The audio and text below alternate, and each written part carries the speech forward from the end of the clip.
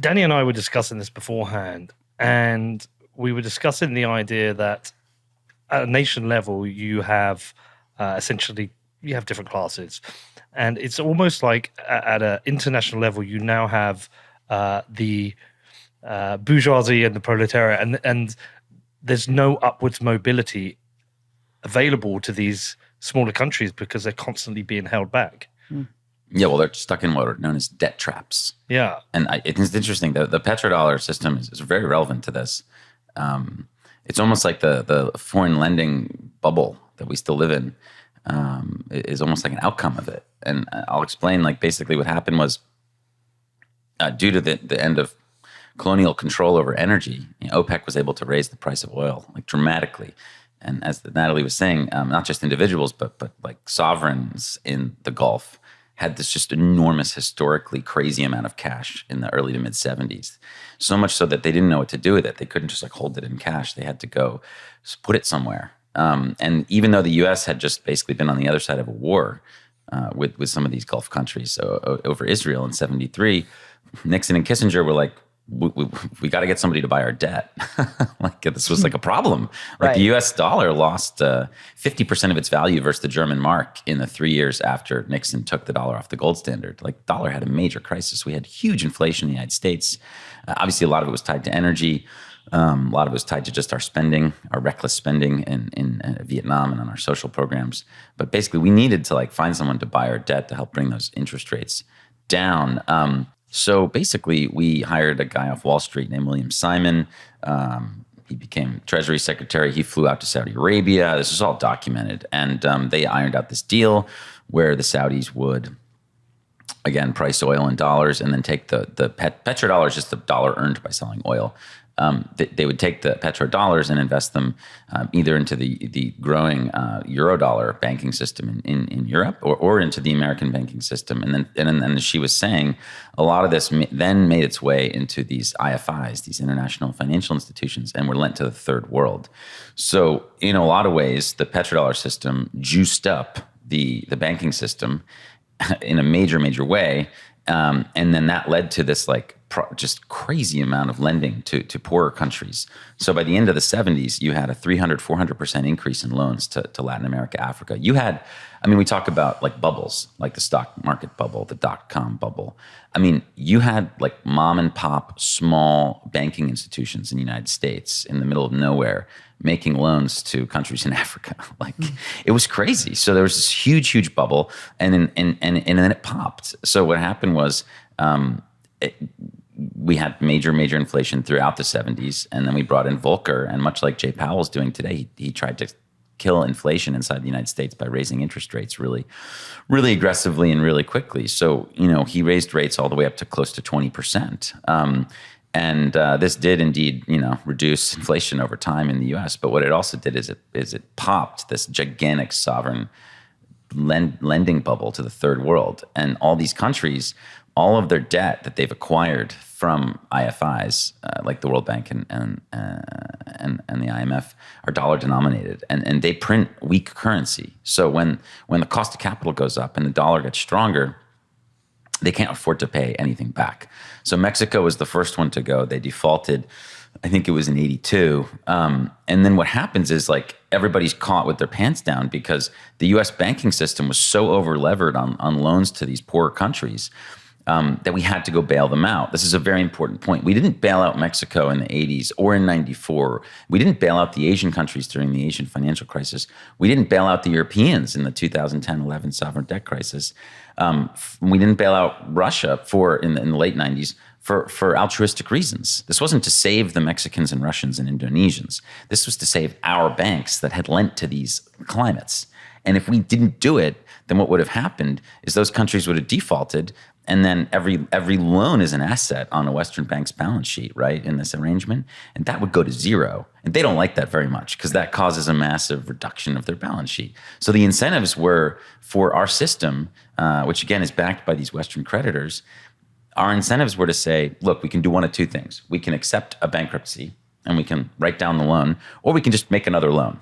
And they much rather would make the loan. Like, this is the game. This is why it's a debt trap.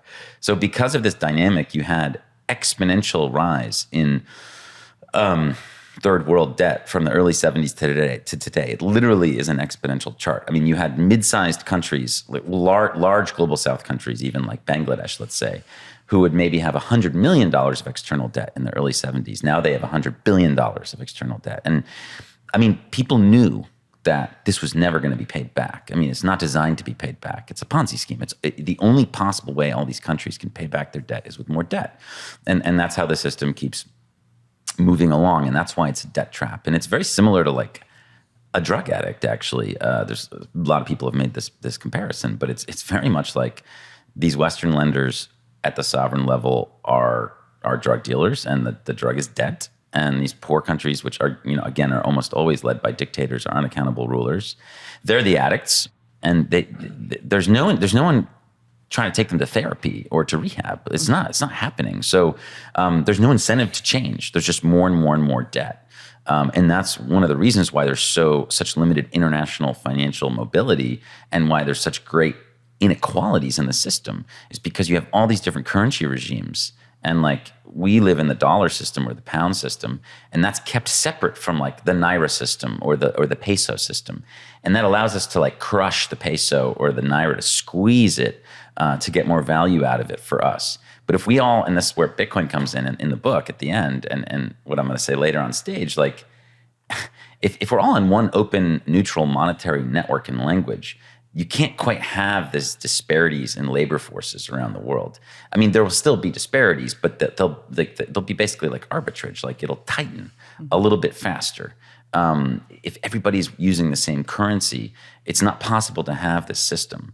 I mean, think about Africa today. It has 45 different currencies. What a nightmare is that? Imagine if each state in the United States had a different currency. We'd be like so much more inefficient. That's what Africa is. So if it could be united around one currency, I think we could change the world. When you talk about these leaders, these dictators being the addicts, yeah. But isn't there a different spin to this in that they're open? Well, I say openly, but they're corrupt. Another huge loan can come in.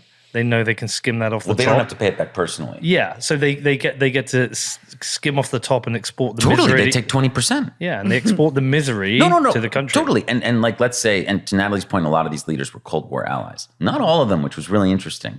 The Cold War paradigm is a necessary but not sufficient way to explain this, because we ended up giving a lot of money to leftist leaders too through these institutions.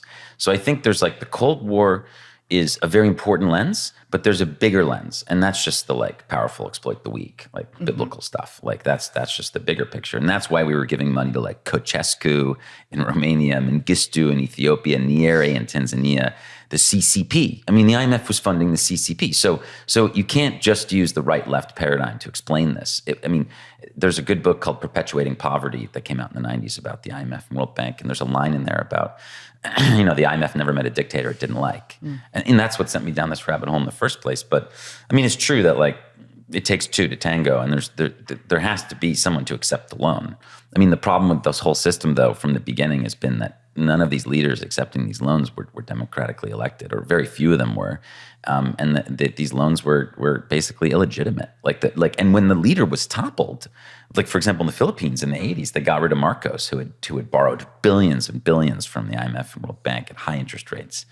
It's not like the IMF goes, okay, you guys can have like a jubilee. You guys can have a write-off. No, they're like, you still owe this. And the people of the Philippines were like, wait, but we didn't borrow it. And the IMF says, I don't care. This is what you owe. And so 40% of the national earnings of the Philippines, the year after Marcos was ousted, went to paying back his debt. So it's like this burden that they carry for decades. But why at that point would they not then default on the debt? Well, again, like the new leader comes in, and what are their choices? I mean, you have to think about it this way. If you default on your debt, it's not just that, people in suits rush in to convince you that here's more money. That's very appealing.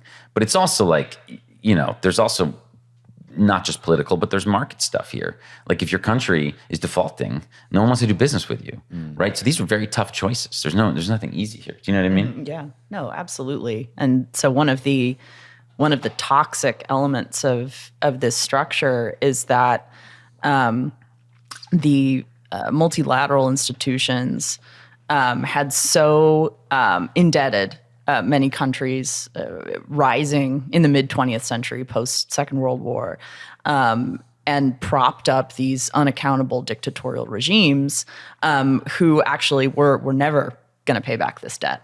And so no private lenders or even other countries wanted to lend to these countries either.